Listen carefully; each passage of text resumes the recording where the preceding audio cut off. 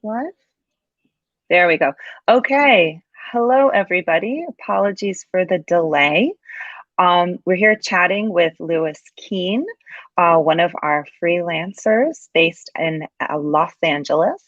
Louis has written several articles for us, many of them about sports, which is exciting because we don't have a lot of sports coverage. And there's, with the Olympics coming up and Yeshiva University, there's a lot going on. So, obviously the past few months, I think Louis has really been covering the 2-year or 36 game winning streak of the Yeshiva University Maccabees basketball team. So welcome, Louis. It's great to have you here. Good to be here. And apologies again for this delay. So this is a really cool story. So for anyone who hasn't read it, basically Yeshiva University in New York City. It's all boys, right? I'm assuming Yeshiva's all boys. Well, yeah. Sorry? There's Yeshiva University and then there's Stern College, and I think they're technically both Yeshiva University, but let's call it all boys. Okay, the all boys Yeshiva University have this amazing, basically 2-year winning streak in basketball. They've won, I guess, every game almost. So I guess the one thing that sort of struck me is that Yeshiva is D3. So it's right. They don't play for money or anything like that. So I'm wondering, how did their winning streak come to your attention in the first place? Did ESPN cover it? How did you know about this? Yeah, so D3, none of the colleges play for money, obviously. And D3, what distinguishes D3 is none of them get scholarships. None of them get sports scholarships to play, unlike D1 and D2. They came to my attention, I think, last year right before the pandemic hit. I remember just a couple stories about this great YU team catching my eye. I think on Twitter, maybe one of my friends who went to YU posted about it. Then the pandemic hit and kind of everything else was consumed and swept up by the giant storm of COVID-19. And I completely forgot about it. And then once the school started getting back to playing sports, the question was whether YU was going to resume its streak. And then it came back to my attention. I think some other Jewish publication may have written about it, or maybe it just came up on my feed again. Nice. Okay. So I guess, what is so notable about this winning streak? I mean, what really stood out to you about it? Well, a number of things. I think, first of all, they're all Jewish on the team. I think that was really the initial thing that made this special, was to a Jewish team that's really dominating non-Jewish competition. There's a lot of so that's probably the number one aspect of it. But apart from other winning streaks by other schools, when you win 36 games in a row, that 36 games is about the length of a college season. It's hard to win 36 in a row without either winning an NCAA championship or losing and at some point. And this team still hasn't lost. And what makes it really unique is they never really got to be beaten. They never like their seasons, their last 2 seasons have both ended with their winning streak alive, but with no championship hardware to show for it. So that's what made it different from, a story that could have happened 4 years ago, is that there was this global pandemic running through it. I think they have the longest active win streak in collegiate major sports right now. They certainly have they're tied for the second longest win streak in D3 basketball history. So they're good by any measure, but then the context of it is, I think, what made it such a unique story. Yeah. Yeah. And then also just sort of throwing in the pandemic. I mean, all these added sort of difficulties, and yet they've really shined incredibly. So Yeah, they yeah. were being tested 3 times a week. They were practicing in pods. They didn't, and this was for 7 games this year. They didn't know Oh, whether they were going to play one game. They wound up with 7. I think they had a total of 4 or 5 canceled games over the course of the season. And of course, there was no tournament for D3, whereas there was in Division One, which right. just came to an end a couple weeks ago. Right. Right. Right. Yeah. So sort of a lot of they put a lot. They sort of sacrificed a lot and didn't get a sort of end, a culmination, a culminating experience. Yeah. Yeah, that is unfortunate. And I know you mentioned backstage you have not been to a game, right? Um, I haven't been to a YU game. I okay, have been to D3 basketball games, plenty of sure. them, because I Yeah. went to Wash U in St. Louis, Okay. which is a D3 school that won a NCAA championship in Division 3 the year before I started there. So Oh, I've yeah. seen good D3 basketball, and they're good. I mean, the Yeah. teams are good, and they're fun to watch. I also went to a school with D3, and the soccer team, the female soccer team was amazing. So I totally agree about that. We Cool. we may be So yeah. rivals without even knowing it. It's possible. I'm East Chicago, and it was in the mid 2000s. So I don't know. It was a We long can time figure it out ago. later. Yeah, there you go. But I will say, jumping off that, Yeah. I think one of the big differences between D1 and D3 Mhm. is, D1 you have these like rabid fan bases, and D3 it really depends on where you are. Sure. But you certainly don't have like the big college gyms. You don't have the Dean Dome. You don't have Poly Pavilion. You have these gyms with risers. And maybe they can fit a couple hundred fans. But what one thing that made YU's winning streak interesting is that they really developed a big fan base wherever they went, across the country. Even alumni who didn't go to alumni of other schools were YU fans and would turn out for the team when they traveled around the country. And that was one Wow. of the highlights of the experience for the players, and I think one of the highlights of the article I wrote. Yeah, no, and yeah, right. You mentioned that I mean, a lot of people were coming out specifically because the athletes were all Jewish, and this was probably, I guess, one of the first times you saw an all Jewish sports team, right? Aside from the Olympics, and that was very empowering, I guess. Is that Yeah, right? Yeah, yeah.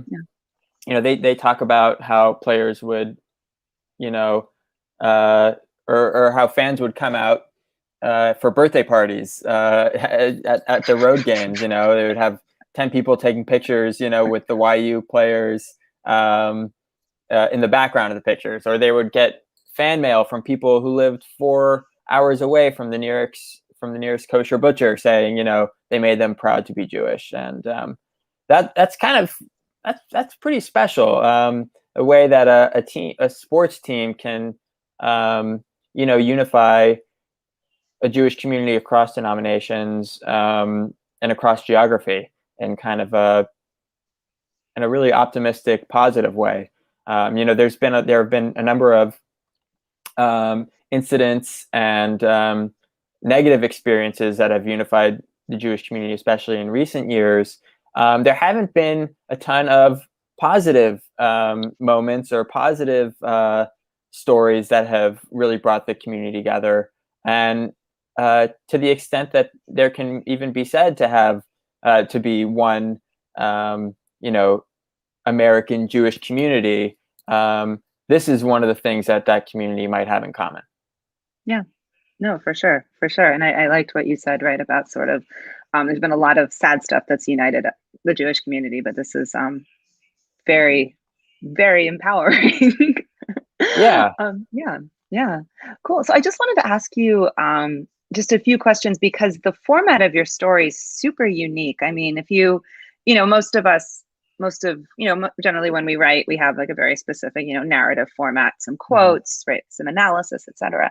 But when you wrote yours, you wrote like what you called an oral history. And for anyone who didn't read it, Lewis let the basketball players and the coach speak for themselves and describe this 36 game journey.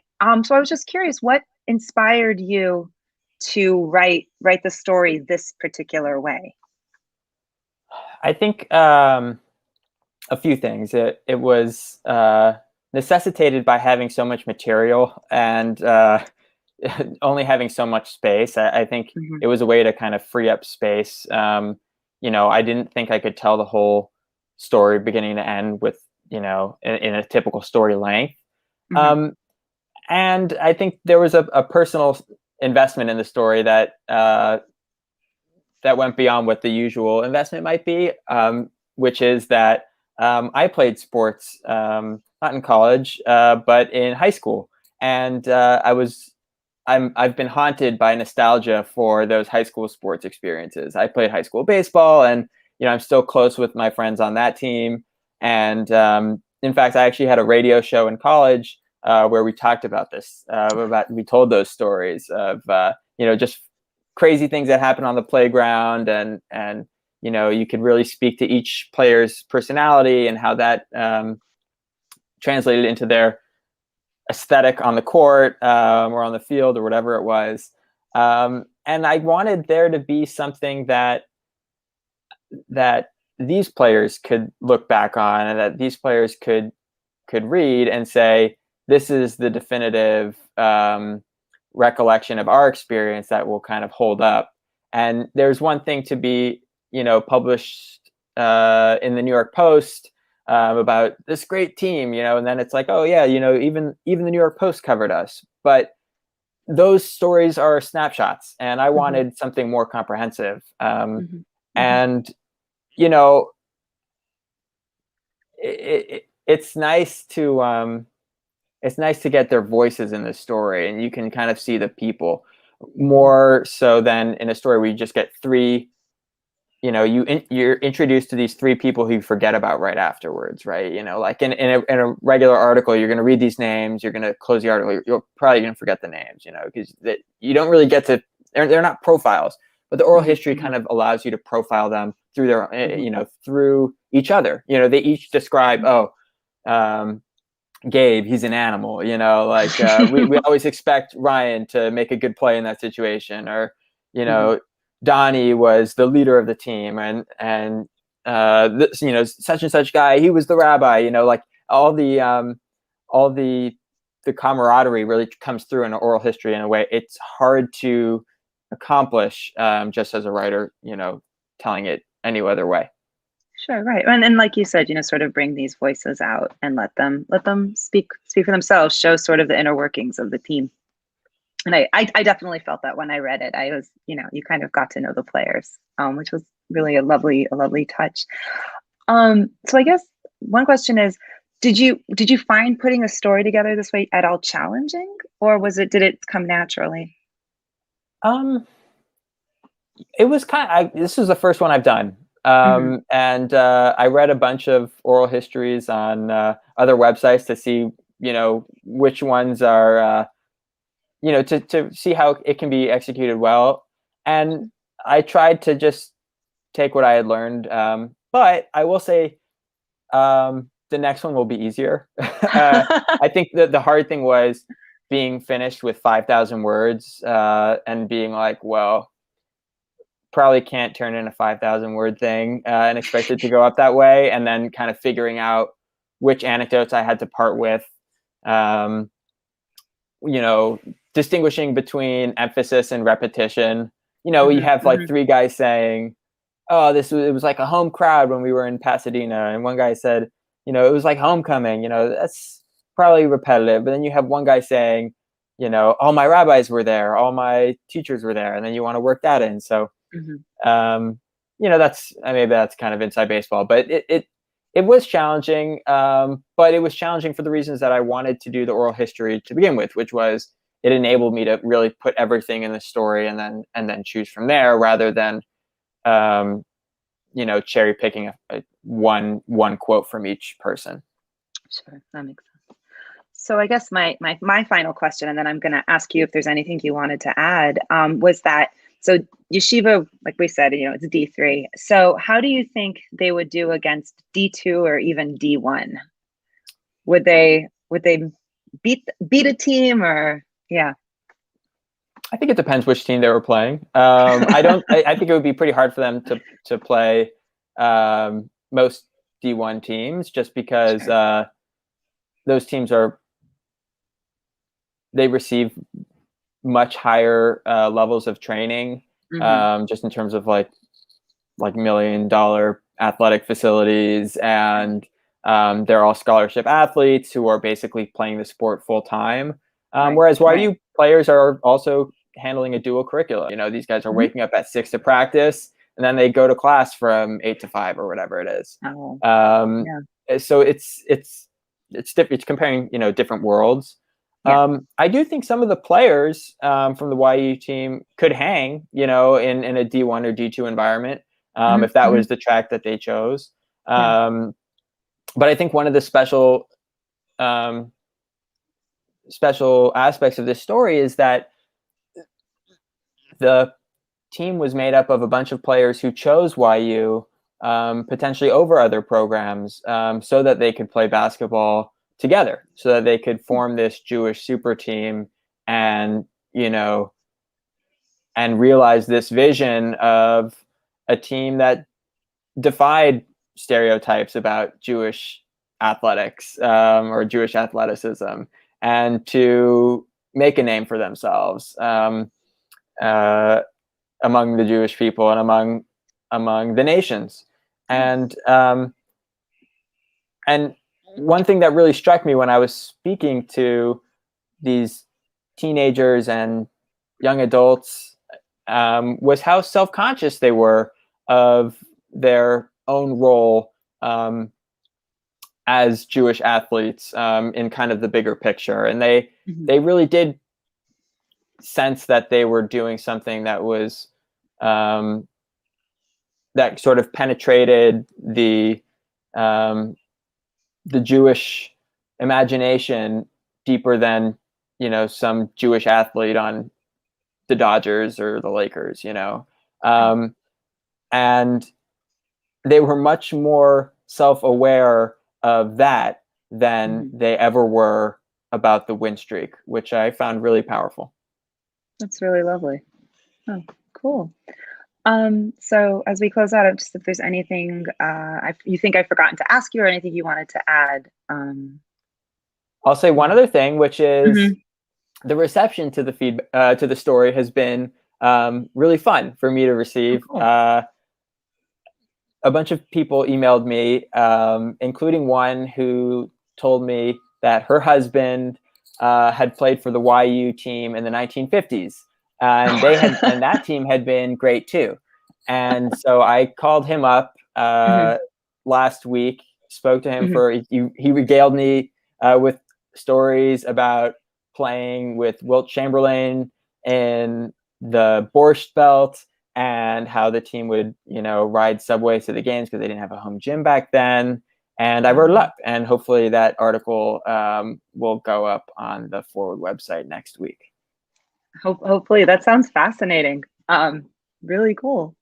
All right, well, thank you. So we've been talking with Louis Keene, who has been writing for us a bunch of articles about Yeshiva University and their Maccabees basketball team and their winning streak. And if anyone's curious to check out the article, it's called "It's a Bad Time to Be Great: An Oral History of Yeshiva University's Historic 36-Game Win Streak." And it's a really fabulous article. So thanks so much, Louis. And thank you. Yeah, can't wait to read the next one. Take care. You too.